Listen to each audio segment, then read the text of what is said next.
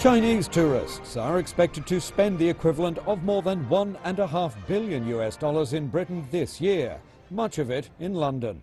We're seeing Chinese tourism numbers growing very rapidly every year. To the UK last year, almost 400,000 Chinese coming into the UK, coming through London. That sounds like good news for London, except that about 3 times as many Chinese tourists visit the French capital, Paris. And it's not just because Big Ben is so much shorter than the Eiffel Tower.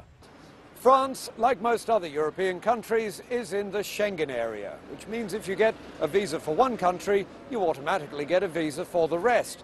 But Britain remains outside of the passport-free area and intends to stay there. Britain's government thinks it may have found a solution. The exciting thing is we now can parallel process a Schengen visa and a UK visa at the same time.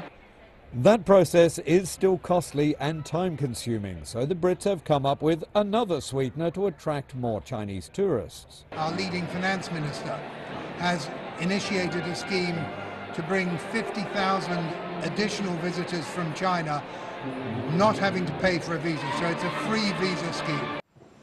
Britain is also rebranding several famous tourist destinations in Mandarin, with Savile Row being translated in English as Tall, Rich, Handsome Street, and London's tallest building, the Shard, becoming Star-Plucking Tower.